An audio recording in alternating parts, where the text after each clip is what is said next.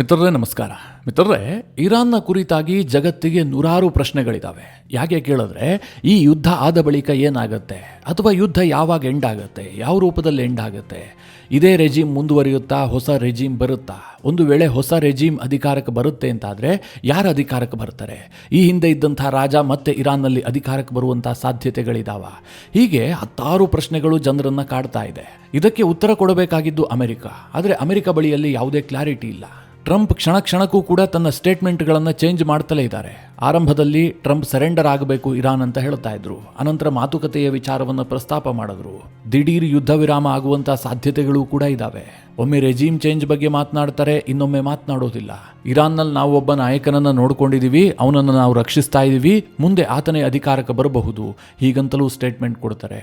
ಅಥವಾ ಹೊಸ ನಾಯಕ ಯಾರೇ ಆದರೂ ಕೂಡ ಅದು ಅಮೆರಿಕದ ಒಪ್ಪಿಗೆಯಿಂದ ಆಗಬೇಕು, ಈ ಸ್ಟೇಟ್ಮೆಂಟನ್ನು ಕೂಡ ಅಮೆರಿಕ ಕೊಡ್ತಾ ಇದೆ. ಅಂದರೆ ಅಮೆರಿಕಾಗೆ ಯಾವುದೇ ಒಂದು ಕ್ಲಾರಿಟಿ ಇಲ್ಲ. ಆದರೆ ಇಸ್ರೇಲ್ಗೆ ಮಾತ್ರ 100% ಕ್ಲಾರಿಟಿ ಇದೆ. ಅವರಿಗೆ ರೆಜಿಮ್ ಚೇಂಜ್ ಆಗಲೇಬೇಕು. ರೆಜಿಮ್ ಚೇಂಜ್ ಆಗಿದ್ದೇ ಆದರೆ ಅಲ್ಲಿಗೆ ರೇಜಾ ಪೆಹಲವಿ, ಇರಾನ್ನ ಕಟ್ಟಕಡೆಯ ರಾಜನ ಪುತ್ರನಾಗಿರುವಂತಹ ರೇಜಾ ಪೆಹಲವಿಯೇ ಇರಾನ್ನ ಅಧಿಕಾರದ ಸೂತ್ರವನ್ನು ಹಿಡಿಬೇಕು. ಇದು ಇಸ್ರೇಲ್ನ ಬಹುಕಾಲದ ಬಯಕೆ. ಅದಕ್ಕೋಸ್ಕರವಾಗಿ ಅವರು ಇಷ್ಟೆಲ್ಲ ರಿಸ್ಕ್ ಅನ್ನು ತೆಗೆದುಕೊಂಡು ಯುದ್ಧ ಮಾಡ್ತಾ ಇದ್ದಾರೆ. ಆದರೆ ಮಿತ್ರರೇ, ರೇಜಾ ಪೆಹಲವಿ ಅಧಿಕಾರಕ್ಕೆ ಬರ್ತಾರಾ ಇಲ್ವಾ ಅನ್ನೋದ್ರ ಬಗ್ಗೆಯೂ ಕೂಡ ಸಾಕಷ್ಟು ಗೊಂದಲಗಳಿದ್ದಾವೆ. ಯಾಕೆ ಅಂತಂದರೆ ಜಗತ್ತಿಗೆ ಗೊತ್ತಿಲ್ಲ ಇರಾನ್ನಲ್ಲಿ ಅವರಿಗೆ ಎಷ್ಟು ಬೆಂಬಲ ಇದೆ, ಅವರನ್ನು ಬೆಂಬಲಿಸುವಂಥ ವರ್ಗ ಯಾವುದಿದೆ, ಇದು ಯಾವುದರ ಬಗ್ಗೆಯೂ ಕೂಡ ಮಾಹಿತಿ ಇಲ್ಲ. ನಾನು ಯಾಕೆ ಈ ಮಾತನ್ನು ಈಗ ಹೇಳ್ತಾ ಇದ್ದೀನಿ ಕೇಳಿದ್ರೆ, ಸದ್ಯ ರೇಜಾ ಪೆಹಲವಿ ಬಹಳ ಆಕ್ಟಿವ್ ಆಗಿದ್ದಾರೆ. ಅವರು ಜಗತ್ತಿಗೊಂದು ಸಂದೇಶವನ್ನು ಕೊಟ್ಟಿದ್ದಾರೆ. ಒಂದು ವೇಳೆ ಇರಾನ್ನಲ್ಲಿ ರೆಜಿಮ್ ಚೇಂಜ್ ಆಗಿ ತಾನೇನಾದ್ರು ಅಧಿಕಾರಕ್ಕೆ ಬಂದಿದ್ದೇ ಆದರೆ ಇರಾನ್ ದೇಶವನ್ನು ಯಾವ ರೀತಿಯಾಗಿ ನಿರ್ಮಾಣ ಮಾಡ್ತೀನಿ, ಇರಾನ್ನ ಬಗ್ಗೆ ನನ್ನ ಕನಸೇನಿದೆ, ನನ್ನ ಆಯ್ಕೆಗಳು ಯಾವುದಾಗಿರ್ತವೆ, ಇದೆಲ್ಲದರ ಬಗ್ಗೆ ರೇಜಾ ಪೆಹಲವಿ ಒಂದು ಆರ್ಟಿಕಲ್ ಮೂಲಕವಾಗಿ ಇಡೀ ಜಗತ್ತಿಗೆ ಒಂದು ಸಂದೇಶ ಕೊಟ್ಟಿದ್ದಾರೆ. ಬಹಳ ಇಂಪಾರ್ಟೆಂಟ್ ಆದಂಥ ಆರ್ಟಿಕಲ್ ಅದು. ರೇಜಾ ಪೆಹಲವಿ ಏನೇನು ಹೇಳಿದ್ದಾರೆ, ಅದರ ಪ್ರಾಮುಖ್ಯತೆ ಏನಿದೆ, ಅದೆಲ್ಲದರ ಬಗ್ಗೆ ನಿಮಗೆ ತಿಳಿಸ್ಕೊಡ್ತೀನಿ. ಇನ್ನೊಂದು ಕಡೆಯಲ್ಲಿ ಇರಾನ್ನಲ್ಲಿ ರೆಜಿಮ್ ಚೇಂಜ್ ಆದರೂ ಕೂಡ ಈ ರೇಜಾ ಪೆಹಲವಿನೇ ಅಧಿಕಾರಕ್ಕೆ ಬರಬೇಕು ಅಂತಾದರೆ ಅಲ್ಲಿ ಜನ ಬೆಂಬಲ ಬೇಕಾಗುತ್ತೆ. ಈಗ ರಾಜನಾಗಿ ಅಧಿಕಾರ ಸ್ವೀಕರಿಸಬೇಕಾದ್ರೂ ಕೂಡ ಅದನ್ನು ಜನ ಒಪ್ಪಬೇಕಲ್ವಾ? ಅದರ ಕುರಿತಾಗಿಯೂ ಕೂಡ ಬಹಳ ಇಂಟ್ರೆಸ್ಟಿಂಗ್ ಮಾಹಿತಿಯನ್ನು ಹೇಳ್ತೀನಿ ನಿಮಗೆ. ಇರಾನ್ನಲ್ಲಿ ಒಂದು ಅಚ್ಚರಿಯ ಸರ್ವೆ ನಡೆದಿತ್ತು. ಆ ಸರ್ವೆಯಲ್ಲಿ ಇರಾನ್ನಲ್ಲಿ ಯಾರು ಬೆಸ್ಟ್ ಲೀಡರ್, ಇರಾನ್ನ ಜನರ ಆಯ್ಕೆ ಯಾವುದು, ಈಗಿರುವಂತಹ ಖಮೆನಿ ಸರ್ಕಾರಕ್ಕೆ ಎಷ್ಟು ಬೆಂಬಲ ಇದೆ, ಹಾಗೂ ರೇಜಾ ಪೆಹಲವಿಗೆ ಎಷ್ಟು ಜನರ ಬೆಂಬಲ ಇದೆ, ಇದೆಲ್ಲದರ ಬಗ್ಗೆ ಆ ಸಮೀಕ್ಷೆ ಮಾಹಿತಿಯನ್ನು ಕೊಡುತ್ತೆ. ಅದರ ಬಗ್ಗೆಯೂ ಕೂಡ ಇದೇ ವಿಡಿಯೋದಲ್ಲಿ ನಿಮಗೆ ಹೇಳ್ತೀನಿ. ಮೊದಲನೇದಾಗಿ ಮಿತ್ರರೇ, ಈ ರೇಜಾ ಪೆಹಲವಿ ಬರೆದಂತಹ ಆರ್ಟಿಕಲ್ ಬಗ್ಗೆ ತಿಳಿಸ್ಕೊಟ್ಬಿಡ್ತೀನಿ. ಇತ್ತೀಚೆಗೆ ಈ ರೇಜಾ ಪೆಹಲವಿ ಆರ್ಷಕ್ ಅಲ್ ಔಸತ್ ಅನ್ನುವಂತಹ ಒಂದು ಅರೇಬಿಕ್ ಪತ್ರಿಕೆಗೆ ಒಂದು ಆರ್ಟಿಕಲ್ ಅನ್ನು ಬರೆದಿದ್ದಾರೆ. ಅದು ಅರೇಬಿಕ್ ಭಾಷೆಯಲ್ಲಿರುವಂಥ ಆರ್ಟಿಕಲ್. ನನಗಂತೂ ಅರೇಬಿಕ್ನ ಒಂದೇ ಒಂದು ಅಕ್ಷರವೂ ಕೂಡ ಬರೋದಿಲ್ಲ. ಹೀಗಾಗಿ ನಾನು ಅದನ್ನು ಇಂಗ್ಲೀಷ್ಗೆ ಟ್ರಾನ್ಸ್ಲೇಟ್ ಮಾಡಿಕೊಂಡು ಅದರಲ್ಲಿರುವಂತಹ ಪ್ರಮುಖ ಅಂಶಗಳನ್ನು ನಿಮಗೆ ತಿಳಿಸುವಂಥ ಪ್ರಯತ್ನ ಮಾಡ್ತಾ ಇದ್ದೀನಿ. ಈ ಆರ್ಟಿಕಲ್ನಲ್ಲಿ ರೇಜಾ ಪೆಹಲವಿ ಆರಂಭದಲ್ಲೇ ಅರಬ್ ರಾಷ್ಟ್ರಗಳಿಗೆ ಒಂದು ಮನವಿ ಮಾಡಿಕೊಂಡಿದ್ದಾರೆ. ಅದೇನು ಕೇಳಿದ್ರೆ, ಇರಾನ್ ದೇಶದ ಸಂಘಟಿತ ರಾಜಕೀಯ ಹೋರಾಟಕ್ಕೆ ಅರಬ್ ದೇಶಗಳು ಬೆಂಬಲವನ್ನು ಕೊಡಬೇಕು. ಇವತ್ತು ಇರಾನ್ ಏನು ಅರಬ್ ದೇಶಗಳ ಮೇಲೆ ಮಿಸೈಲ್ ದಾಳಿಯನ್ನು ಮಾಡ್ತಾ ಇದೆಯಲ್ಲ, ಇದು ಅವರ ನಿಜ ಸ್ವರೂಪವನ್ನು ತೋರಿಸುತ್ತೆ. ಅರಬ್ ದೇಶಗಳಿಗೆ ಇದೇನು ಹೊಸ ವಿಚಾರ ಅಲ್ಲ. ಯಾಕೆ ಕೇಳಿದ್ರೆ, ಕಳೆದ 5 ದಶಕಗಳಿಂದ ಈ ಆಡಳಿತ ಅಂದ್ರೆ ಇರಾನ್ನ ಆಡಳಿತ ಆ ಇಡೀ ಪ್ರದೇಶದಲ್ಲಿ ಗೊಂದಲ ಮತ್ತು ಹಿಂಸೆಯನ್ನು ಹರಡಿದೆ. ಹೀಗಾಗಿ ಈಗ ಅರಬ್ ರಾಷ್ಟ್ರಗಳ ಮೇಲೆ ಇರಾನ್ ದಾಳಿ ಮಾಡ್ತಾ ಇದೆಯಲ್ಲ, ಇದು ಕ್ವೈಟ್ ಕಾಮನ್, ಅವರಿಂದ ಅದೇ ನಿರೀಕ್ಷಿತ ಅಂತ ರೇಜಾ ಪೆಹಲವಿ ತನ್ನ ಆರ್ಟಿಕಲ್ ನಲ್ಲಿ ಮೊದಲಿಗೆ ಬರೆದಿದ್ದಾರೆ. ಈ ಇರಾನ್ನ ಇಸ್ಲಾಮಿಕ್ ಆಡಳಿತ ಇದೆಯಲ್ಲ, ಈ ಆಡಳಿತ ಕಳೆದ 5 ದಶಕದಲ್ಲಿ ಏನಪ್ಪಾ ಮಾಡಿದೆ ಅಂತಂದ್ರೆ, ಸಿರಿಯಾದಲ್ಲಿ ಅಸದ್ನನ್ನ ಬೆಂಬಲಿಸಿ ಇಡೀ ಸಿರಿಯಾವನ್ನ ಸಮಾಧಿ ಮಾಡಿಬಿಟ್ಟಿದೆ. ಹಾಗೆ ಲೆಬನಾನ್ನಲ್ಲಿ ಹಿಜ್ಬುಲ್ಲಾಗಳನ್ನು ಎತ್ತಿ ಕಟ್ಟಿ ಅಲ್ಲಿ ಗೊಂದಲವನ್ನು ಸೃಷ್ಟಿ ಮಾಡಿದೆ. ಯಮೆನ್ ದೇಶದಲ್ಲಿ ಹೂತಿಗಳಿಗೆ ಶಸ್ತ್ರವನ್ನು ಕೊಟ್ಟು ಅದನ್ನು ರಣಾಂಗಣ ಮಾಡಿಟ್ಟಿದ್ದಾರೆ. ಇರಾಕ್ನಲ್ಲಿರುವಂತಹ ಫ್ರಾಕ್ಸಿಗಳನ್ನು ಬೆಂಬಲಿಸಿ ಇರಾಕ್ನ ಸಾರ್ವಭೌಮತ್ವವನ್ನು ದುರ್ಬಲ ಮಾಡಿದ್ದಾರೆ. ಹಾಗೆ ಸೌದಿ UAEಯನ್ನು ಆಗಾಗ ಗುರಿ ಮಾಡಿದ್ದಾರೆ. ಬಹರೈನ್ ದೇಶದಲ್ಲಿ ಅಸ್ಥಿರತೆಯನ್ನು ಸೃಷ್ಟಿ ಮಾಡೋದಕ್ಕೆ ಅನೇಕ ಪ್ರಯತ್ನವನ್ನು ಮಾಡ್ತಾ ಇದ್ದಾರೆ. ಆದರೆ ಅದೃಷ್ಟ ಏನು ಕೇಳಿದ್ರೆ, ಇತ್ತೀಚಿನ ಬೆಳವಣಿಗೆಗಳಲ್ಲಿ ಇರಾನ್ನ ಎಲ್ಲಾ ಫ್ರಾಕ್ಸಿಗಳು ಕೂಡ ದುರ್ಬಲವಾಗಿದ್ದಾರೆ. ಇರಾನ್ ದೇಶದ ಒಳಗೆ ಕರೆನ್ಸಿಯ ಕುಸಿತ ಆಗಿದೆ, ಜನ ಪ್ರತಿಭಟಿಸ್ತಾ ಇದ್ದಾರೆ. ಈ ಕ್ಷಣವನ್ನ ಇರಾನ್ನ ಜನ ರಕ್ತದಿಂದ ಗಳಿಸಿದ್ದಾರೆ. ಇದೇನು ಸುಮ್ಸುಮ್ನೆ ಆಗಿದ್ದಲ್ಲ, ಇರಾನ್ನ ಜನ ಇದಕ್ಕೋಸ್ಕರವಾಗಿ ರಕ್ತ ಹರಿಸಿದ್ದಾರೆ ಅಂತ ಪೆಹಲವಿ ಹೇಳ್ತಾ ಇದ್ದಾರೆ. ಹೀಗಾಗಿ ಸ್ವತಂತ್ರ ಇರಾನ್ ಅನ್ನ ನಿರ್ಮಾಣ ಮಾಡೋದಕ್ಕೆ ಇದೊಂದು ಅದ್ಭುತವಾದಂತಹ ಸಮಯ. ಸ್ವತಂತ್ರ ಇರಾನ್ ಅಂತಂದ್ರೆ ಯುರೇನಿಯಂ ಮುಕ್ತವಾದಂತಹ ಇರಾನ್, IAEA ಜೊತೆಗೆ ಸಹಕಾರ ಕೊಡುವಂತಹ ಇರಾನ್, ಹಾಗೆ ಅಣು ಸಂಗ್ರಹವನ್ನು ನಿಲ್ಲಿಸಬೇಕು, ಅಣು ಒಪ್ಪಂದವನ್ನು ಪಾಲನೆ ಮಾಡಬೇಕು. ಅಂತಹ ಒಂದು ಇರಾನ್ ಅನ್ನು ನಿರ್ಮಾಣ ಮಾಡುವಂತಹ ಅವಶ್ಯಕತೆ ಇದೆ. ಇರಾನ್ ಆರ್ಥಿಕತೆಗೆ ಬಹಳ ದೊಡ್ಡದಾದಂತಹ ಅವಕಾಶಗಳು ಕೂಡ ಇದ್ದಾವೆ. ಇರಾನ್ ಇಡೀ ವಿಶ್ವದಲ್ಲೇ 2ನೇ ಅತಿ ದೊಡ್ಡ ಅನಿಲ ಸಂಪತ್ತನ್ನು ಹೊಂದಿದಂತಹ ದೇಶ, 4ನೇ ಅತಿ ಹೆಚ್ಚು ತೈಲ ಸಂಪತ್ತನ್ನು ಹೊಂದಿದಂತಹ ದೇಶ, ಬಹಳ ದೊಡ್ಡ ಮಾರುಕಟ್ಟೆ ಇದೆ, 9 ಕೋಟಿ ಜನ ಇದ್ದಾರೆ. ಇಂತಹ ದೇಶವನ್ನ ನಾವು ಅದ್ಭುತವಾಗಿ ಕಟ್ಟಬಹುದು. ಹಾಗೆ ಇರಾನ್ ಅಬ್ರಾಹಮಿಕ್ ಒಪ್ಪಂದವನ್ನು ಒಪ್ಪುವಂತಹ ದಿನಗಳು ಹತ್ತಿರ ಬರ್ತಾ ಇದ್ದಾವೆ. ಮತದಾನದ ಮೂಲಕ ಭವಿಷ್ಯವನ್ನು ರೂಪಿಸಬೇಕು, ಸ್ಥಿರತೆಯನ್ನು ಸ್ಥಾಪಿಸಬೇಕು, ಫ್ರಾಕ್ಸಿಗಳ ಅಂತ್ಯ ಆಗಬೇಕು, ಭಯೋತ್ಪಾದನೆಯ ಬದಲಾಗಿ ಶಾಂತಿ ನಿರ್ಮಾಣ ಆಗಬೇಕು, ಗುಂಪು ರಾಜಕಾರಣವನ್ನು ಬಿಟ್ಟು ಸಹಿಷ್ಣುತೆಯ ಪಾಲನೆ ಆಗಬೇಕು, ಸಂಘರ್ಷದ ಬದಲಾಗಿ ಸಮೃದ್ಧಿ ಇರಾನ್ನಲ್ಲಿ ನೆಲೆಸಬೇಕು. ಹೊಸ ಇರಾನ್ನ ಮಾರ್ಗದಲ್ಲಿ ನಾವೆಲ್ಲರೂ ಒಟ್ಟಿಗೆ ಸಾಗೋಣ ಅಂಥೇಳಿ ಇರಾನ್ನ ಕ್ರೌನ್ ಪ್ರಿನ್ಸ್ ರೆಹಜಾ ಪೆಹಲವಿ ಈ ಆರ್ಟಿಕಲ್ನಲ್ಲಿ ಹೇಳಿದ್ದಾರೆ. ಮಿತ್ರರೇ, ಈ ಎಲ್ಲ ಅಂಶಗಳನ್ನು ಗಮನಿಸಿ ಅವರು ಜಗತ್ತಿಗೆ ಒಂದು ಮೆಸೇಜ್ ಕೊಟ್ಟಿದ್ದಾರೆ. ಒಂದು ವೇಳೆ ಇರಾನ್ ಏನಾದರೂ ನನ್ನ ಕೈಗೆ ಬಂದಿದ್ದೆ ಆದರೆ, ಅಂದರೆ ನನ್ನ ಆಡಳಿತಕ್ಕೆ ಒಳಪಟ್ಟಿದ್ದೆ ಆದರೆ, ನಾನು ಫ್ರಾಕ್ಸಿಗಳನ್ನು ನಿರ್ಮೂಲ ಮಾಡಿಬಿಡ್ತೀನಿ, ಅದಕ್ಕೆ ಯಾವತ್ತೂ ಬೆಂಬಲ ಕೊಡೋದಿಲ್ಲ ಅನ್ನುವಂಥ ಸಂದೇಶವನ್ನು ಜಗತ್ತಿಗೆ ಕೊಡ್ತಾ ಇದ್ದಾರೆ. ಹಾಗೆ ಅರಬ್ ರಾಷ್ಟ್ರಗಳ ಜೊತೆಗೆ ಸ್ನೇಹಮಯ ಸಂಬಂಧವನ್ನು ಇಟ್ಟುಕೊಳ್ತೀನಿ, ಹಾಗೆ ಮುಕ್ತ ಇರಾನನ್ನು ನಿರ್ಮಾಣ ಮಾಡಿ ಜಾತ್ಯತೀತ ಇರಾನನ್ನು ಕಟ್ಟುವಂತಹ ಸಂಕಲ್ಪ ಮಾಡ್ತಾ ಇದ್ದಾರೆ. ಇದೆಲ್ಲವೂ ಕೂಡ ಬಹಳ ಇಂಪಾರ್ಟೆಂಟ್ ಆಗುತ್ತೆ. ಈ ಆರ್ಟಿಕಲ್ ಅನ್ನು ನೋಡಿದಾಗ ಏನು ಅನ್ಸುತ್ತೆ ಅಂತಂದ್ರೆ, ರೆಹಜಾ ಪೆಹಲವಿ ಇರಾನ್ನಲ್ಲಿ ಅಧಿಕಾರವನ್ನು ವಹಿಸಿಕೊಳ್ಳುವಂತಹದ್ದಿದೆಯಲ್ಲ, ಇದು ಬಹುತೇಕ ನಿಚ್ಚಳ, ಅವರಿಗೆ ಆ ಸುಳಿವು ಸಿಕ್ಕಿದೆ ಅಂತ ಅನಿಸ್ತಾ ಇದೆ. ನಿಮಗೆಲ್ಲ ಗೊತ್ತಿರಲಿ, ಇಸ್ರೇಲ್ ಈ ರೆಹಜಾ ಪೆಹಲವಿ ಜೊತೆಗೆ ನಿರಂತರವಾಗಿ ಸಂಪರ್ಕದಲ್ಲಿದೆ. ಒಂದು ವೇಳೆ ಇರಾನ್ನಲ್ಲಿ ರೆಜಿಮ್ ಚೇಂಜ್ ಮಾಡುವಂತಹ ಸಂದರ್ಭ ಬಂದ್ರೆ, ಟ್ರಂಪ್ ಇಸ್ರೇಲ್ನ ಮಾತನ್ನು ತೆಗೆದುಹಾಕಿ ತನಗೆ ತೋಚಿದವರನ್ನ ಅಲ್ಲಿ ಕೂರಿಸೋದಕ್ಕೆ ಸಾಧ್ಯ ಇಲ್ಲ, ಕೂರಿಸೋದು ಕೂಡ ಇಲ್ಲ. ಅಂತಹ ಸಂದರ್ಭದಲ್ಲಿ ಇಸ್ರೇಲ್ನ ಮೊದಲ ಆಯ್ಕೆ ಆಗಿರುವಂತಹದ್ದೇ ಈ ರೆಹಜಾ ಪೆಹಲವಿ. ಮಿತ್ರರೇ, ಇಲ್ಲಿ ಇಸ್ರೇಲ್ ಎಷ್ಟೇ ಬೆಂಬಲ ಕೊಡಬಹುದು, ಏನೇ ಮಾಡಬಹುದು, ಯುದ್ಧವನ್ನು ಗೆದ್ದು ಬಿಡಬಹುದು. ಆದರೆ ರೆಹಜಾ ಪೆಹಲವಿಯನ್ನ ಇರಾನ್ನಲ್ಲಿ ಸ್ಥಾಪನೆ ಮಾಡಬೇಕಾದ್ರೆ ಅಲ್ಲಿನ ಜನರ ಬೆಂಬಲ ಅತ್ಯವಶ್ಯಕವಾಗುತ್ತೆ. ನಿಜಕ್ಕೂ ಕೂಡ ಇರಾನ್ನಲ್ಲಿ ಈ ರೆಹಜಾ ಪೆಹಲವಿಯನ್ನ ಬೆಂಬಲಿಸುವಂತವರ ಸಂಖ್ಯೆ ಎಷ್ಟಿದೆ? ರೆಹಜಾ ಪೆಹಲವಿ ನಿಜವಾಗ್ಲೂ ಕೂಡ ಇರಾನ್ನಲ್ಲಿ ಸಾಕಷ್ಟು ಪ್ರಖ್ಯಾತಿ ಪಡೆದಂತಹ ನಾಯಕನೋ ಅಥವಾ ಪೇಪರ್ ಹುಲಿನೋ? ಇದನ್ನ ನಾವು ತಿಳ್ಕೊಳ್ಬೇಕಾದ್ರೆ ಇರಾನ್ನ ಗ್ರೌಂಡ್ ರಿಯಾಲಿಟಿಯನ್ನ ಅರ್ಥ ಮಾಡ್ಕೊಳ್ಬೇಕು.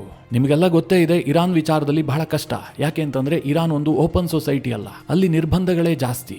ಅಲ್ಲಿ ನಮ್ಮ ದೇಶದಲ್ಲಿರುವಂತೆ ಮುಕ್ತವಾದಂತಹ ಮಾಧ್ಯಮಕ್ಕೆ ಅವಕಾಶ ಇಲ್ಲ. ಜೊತೆಗೆ ನಮ್ಮ ದೇಶದಲ್ಲಿ ಆಗಾಗ ಸರ್ವೆಗಳು ಪ್ರಕಟಗೊಳ್ತವಲ್ಲ, ಹಾಗೆ ಸರ್ವೆಗಳನ್ನು ನಡೆಸೋದು ಕೂಡ ಕಷ್ಟ.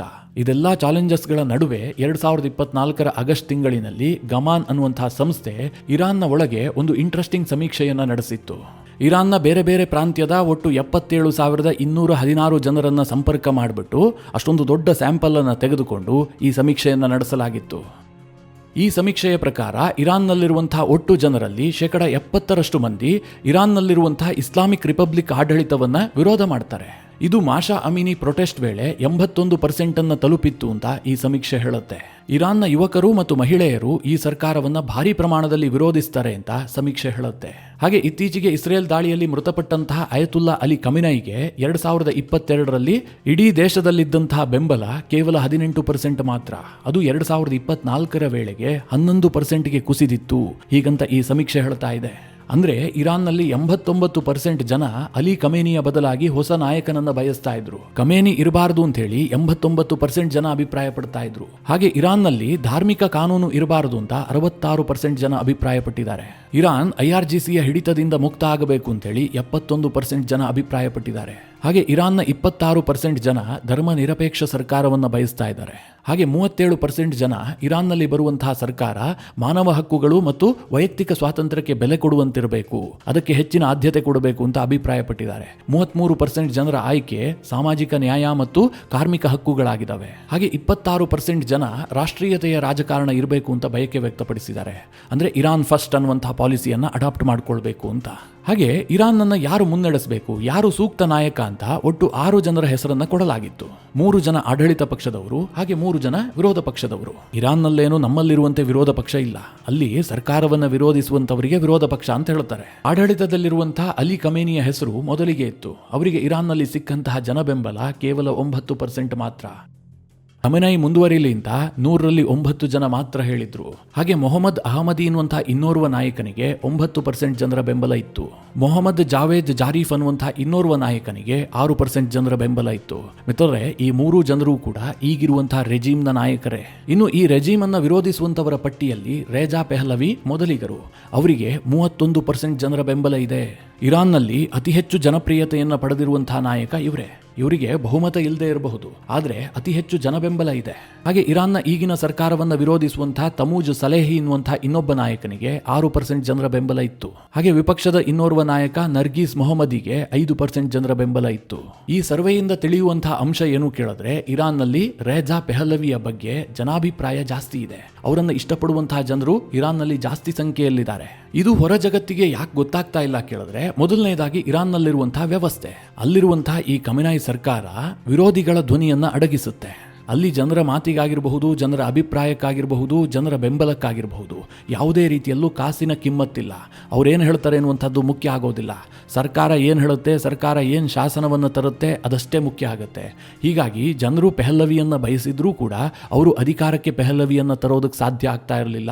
ಜೊತೆಗೆ ಈ ಸರ್ಕಾರವನ್ನ ಬೆಂಬಲಿಸುವಂತವ್ರು ಇದಾರಲ್ಲ, ಇವರು ಸದಾ ಸೌಂಡ್ ಮಾಡ್ತಲೇ ಇರ್ತಾರೆ. ಅವರು ಆದಷ್ಟು ಶೀಘ್ರವಾಗಿ ಬೀದಿಗಿಳಿತಾರೆ, ಸರ್ಕಾರದ ಪರವಾಗಿ ಬಹಳ ದೊಡ್ಡ ಪ್ರೊಟೆಸ್ಟ್ ಮಾಡ್ತಾರೆ. ಹೀಗಾಗಿ ಇರಾನ್ನಲ್ಲಿ ಯಾವ ರೀತಿಯ ವಾತಾವರಣ ಕಂಡು ಬರುತ್ತೆ ಕೇಳಿದ್ರೆ, ಹೊರಗಡೆ ನಿಂತ್ಕೊಂಡು ನೋಡಿದ್ರೆ ಖಮೇನಿ ತುಂಬಾ ಪ್ರಭಾವಿ ನಾಯಕ, ಅವರನ್ನ ಜನ ಬಹಳ ಇಷ್ಟಪಡ್ತಾರೆ, ಬಹಳ ಜನ ಪ್ರೀತಿಸ್ತಾರೆ ಅಂತ ಅಂದುಕೊಳ್ಬೇಕು. ಆದರೆ ವಾಸ್ತವತೆ ಅದಕ್ಕಿಂತ ಭಿನ್ನವಾಗಿರುತ್ತೆ. ಯಾರು ಖಮೇನಿಯನ್ನ ವಿರೋಧಿಸ್ತಾರೋ ಅವರು ಮೌನವಾಗಿರ್ತಾರೆ, ಮನೆಯಲ್ಲೇ ಇರ್ತಾರೆ. ಅವರು ಸರ್ಕಾರದ ಯಾವುದೇ ಚಟುವಟಿಕೆಯಲ್ಲಿ ಭಾಗಿಯಾಗೋದಿಲ್ಲ. ದೈನಂದಿನ ತಮ್ಮ ಕೆಲಸಗಳನ್ನು ಮಾಡಿಕೊಳ್ತಾರೆ, ತಮ್ಮ ಪಾಡಿಗೆ ತಾವಿರ್ತಾರೆ. ಅಂದರೆ IRGC ಅಷ್ಟರ ಮಟ್ಟಿಗೆ ಇರಾನ್ನಲ್ಲಿ ಕಂಟ್ರೋಲನ್ನು ಹೊಂದಿದೆ. ಸರ್ಕಾರದ ವಿರುದ್ಧ ಮಾತನಾಡೋದು ಅಂತಂದ್ರೆ ಅದು ಸಾವಿಗೆ ಸಮ ಅಥವಾ ಆತ್ಮಹತ್ಯೆಯನ್ನ ಆಹ್ವಾನ ಮಾಡದಂತಾಗುತ್ತೆ. ಹೀಗಾಗಿ ಆ ಸರ್ಕಾರ 47 ವರ್ಷಗಳಿಂದ ಇರಾನನ್ನ ರೂಲ್ ಮಾಡ್ತಾ ಇದೆ. ಸದ್ಯ ಪರಿಸ್ಥಿತಿ ಬದಲಾಗಿದೆ. ಆ ಸರ್ಕಾರ ಅತ್ಯಂತ ಕೆಟ್ಟ ದಯನೀಯ ಸ್ಥಿತಿಯನ್ನು ತಲುಪಿದೆ. ಇರಾನ್ನ ಆರ್ಥಿಕತೆ ಕಂಪ್ಲೀಟ್ ಆಗಿ ಕೊಲ್ಯಾಪ್ಸ್ ಆಗಿ ಹೋಗಿದೆ. ಜನ ಹೊತ್ತಿನ ಊಟಕ್ಕೂ ಕೂಡ ಪರದಾಟ ಪಡುವಂತಹ ಸ್ಥಿತಿ ನಿರ್ಮಾಣ ಆಗಿದೆ. ನಾನೀಗ ಸಮೀಕ್ಷೆಯನ್ನ ಹೇಳದ್ನಲ್ಲ, ಇದು 2024 ಆಗಸ್ಟ್ ತಿಂಗಳಿನದ್ದು. ಈಗೇನಾದರೂ ಸಮೀಕ್ಷೆ ಮಾಡಿದ್ರೆ ಇದಕ್ಕಿಂತಲೂ ವ್ಯತಿರಿಕ್ತವಾದಂತಹ ಅಂಶಗಳು ಬೆಳಕಿಗೆ ಬರಬಹುದೇನೋ. ಇದೇ ಜನಬೆಂಬಲವನ್ನ ಆಧಾರವಾಗಿಟ್ಕೊಂಡು ನೋಡೋದಾದ್ರೆ, ರೇಜಾ ಪೆಹಲವಿ ಇರಾನ್ನಲ್ಲಿ ಅಧಿಕಾರಕ್ಕೆ ಬರುವಂತಹ ಅತ್ಯಂತ ಹಾಟ್ ಫೇವರೇಟ್ ಆಗಿದ್ದಾರೆ. ಅದಕ್ಕೆ ಬೇಕಾದಂತಹ ವೇದಿಕೆಯನ್ನ ಇಸ್ರೇಲ್ ಮತ್ತು ಅಮೆರಿಕ ಸೃಷ್ಟಿ ಮಾಡ್ತಾ ಇದ್ದಾವೆ. ಮಿತ್ರರೇ, ಒಂದು ವೇಳೆ ರೇಜಾ ಪೆಹಲವಿ ಇರಾನ್ನಲ್ಲಿ ಅಧಿಕಾರಕ್ಕೆ ಬಂದಿದ್ದೇ ಆದ್ರೆ ಇಡೀ ಮಿಡಲ್ ಈಸ್ಟ್ನ ಚಿತ್ರಣವೇ ಬದಲಾಗ್ಬಿಡುತ್ತೆ. 2ನೇ ಮಹಾಯುದ್ಧ ಅಂತ್ಯ ಆದ ಬಳಿಕ ಇಡೀ ವಿಶ್ವದಲ್ಲಿ ಒಂದು ಶಾಂತಿ ಸ್ಥಾಪನೆ ಆಗಿತ್ತಲ್ಲ, ಅಂತಹದೇ ವಾತಾವರಣ ಮುಂದಿನ 2-3 ದಶಕ ಇಡೀ ಮಿಡಲ್ ಈಸ್ಟ್ನಲ್ಲಿ ಕಾಣೋದಕ್ಕೆ ಸಿಗುತ್ತೆ. ಸದ್ಯ ಈಗಿನ ಸರ್ಕಾರದ ಆಟಾಟೋಪ ಇತ್ತಲ್ಲ, ಇದು ಎಲ್ಲೇ ಮೀರಿತ್ತು. ನಾವಿಲ್ಲಿ ಭಾರತದಲ್ಲಿ ಕೂತ್ಕೊಂಡು ಏನೋ ಹೇಳಬಹುದು. ಸುಮ್ಮನೆ ಯೋಚನೆ ಮಾಡಿ, ನೀವು ಯಾವುದೇ ಪಕ್ಷದಲ್ಲಿ ನಿಂತ್ಕೊಂಡು ಯೋಚನೆ ಮಾಡಬೇಡಿ. ಅಷ್ಟೆಲ್ಲ ಫ್ರಾಕ್ಸಿಗಳನ್ನು ಹುಟ್ಟಾಕಿ ಅನಗತ್ಯವಾಗಿ ಇಸ್ರೇಲನ್ನು ಕೆಣಕಿ ಯಾರಿಗೂ ನೆಮ್ಮದಿ ಇಲ್ಲದಂತಹ ವಾತಾವರಣವನ್ನು ಸೃಷ್ಟಿ ಮಾಡಿದಂತಹ ಇರಾನನ್ನ ಇದೇ ರೀತಿಯಾಗಿ ಮುಂದುವರಿಯೋದಕ್ಕೆ ಬಿಡೋದಕ್ಕಾದ್ರೂ ಹೇಗೆ ಸಾಧ್ಯ ಇತ್ತು? ಈ ಕಾರಣದಿಂದ ಒಂದು ರೀಸೆಟ್ ಬಟನ್ ಒತ್ತುವಂತಹದ್ದು ಬಹಳ ಅನಿವಾರ್ಯವಾಗಿತ್ತು. ಆದರೆ ಈಗ ಆ ಕೆಲಸವನ್ನ ಇಸ್ರೇಲ್ ಶುರು ಮಾಡ್ತು, ಅಮೆರಿಕ ಅದಕ್ಕೆ ಜಾಯಿನ್ ಆಗಿದೆ. ಇಲ್ಲಿ ಇರಾನ್ನ ಸಾರ್ವಭೌಮತ್ವ, ಅಂತಾರಾಷ್ಟ್ರೀಯ ಕಾನೂನು ಇದೆಲ್ಲ ಒಂದು ಭಾಗ. ಆದರೆ ಇನ್ನೊಂದು ಕಡೆಯಲ್ಲಿ ಈಗಿದ್ದಂತಹ ಸರ್ಕಾರ ಯಾವ ಹಂತದ್ದು, ಅದರ ನೈತಿಕತೆ ಎಷ್ಟಿತ್ತು ಅದನ್ನೂ ಕೂಡ ನಾವು ಯೋಚಿಸಬೇಕಲ್ವಾ. ಅವ್ರ ಪಾಡಿಗೆ ಅವ್ರೇನೋ ಮಾಡ್ಕೊಂಡಿದ್ದಿದ್ರೆ ಜಗತ್ತು ಅವ್ರ ಬಗ್ಗೆ ತಲೆ ಕೆಡಿಸ್ಕೊಳ್ತಾನೆ ಇರಲಿಲ್ಲ. ಅವ್ರು ಯಾವಾಗ ಇಡೀ ರೀಜನ್ನಲ್ಲಿ ಅಶಾಂತಿಯನ್ನು ಸೃಷ್ಟಿಸೋದಕ್ಕೆ ಯತ್ನ ಮಾಡಿದ್ರೋ ಅದು ಅವರನ್ನ ಈ ದುಸ್ಥಿತಿಗೆ ತಂದಿಟ್ಟಿದೆ. ಮಿತ್ರರೇ, ಈ ವಿಷಯದ ಕುರಿತಾಗಿ ನಿಮಗೇನು ಅನಿಸುತ್ತೆ? ನಿಮ್ಮ ಅನಿಸಿಕೆ ಅಭಿಪ್ರಾಯವನ್ನು ಕಮೆಂಟ್ ಮಾಡುವ ಮೂಲಕ ನಮಗೆ ತಿಳಿಸಿ. ಹಾಗೆ ನಿಮಗೆ ಈ ವಿಡಿಯೋ ಇಷ್ಟವಾದರೆ ಲೈಕ್ ಮಾಡಿ. ಜೊತೆಗೆ ನೀವಿನ್ನೂ ನಿಮ್ಮ ನೆಚ್ಚಿನ ಸಂಸ್ಕಾರ ಸೌರಭ ಯೂಟ್ಯೂಬ್ ಚಾನಲ್ನ ಸಬ್ಸ್ಕ್ರೈಬ್ ಮಾಡಿಲ್ಲ ಅಂತಾದರೆ ಈ ಕೂಡಲೇ ಸಬ್ಸ್ಕ್ರೈಬ್ ಮಾಡಿ. ಮುಂದಿನ ಎಲ್ಲ ಅಪ್ಡೇಟ್ಗಳ ನೋಟಿಫಿಕೇಷನ್ಗಾಗಿ ಬೆಲ್ ಐಕಾನ್ ಒತ್ತಿ.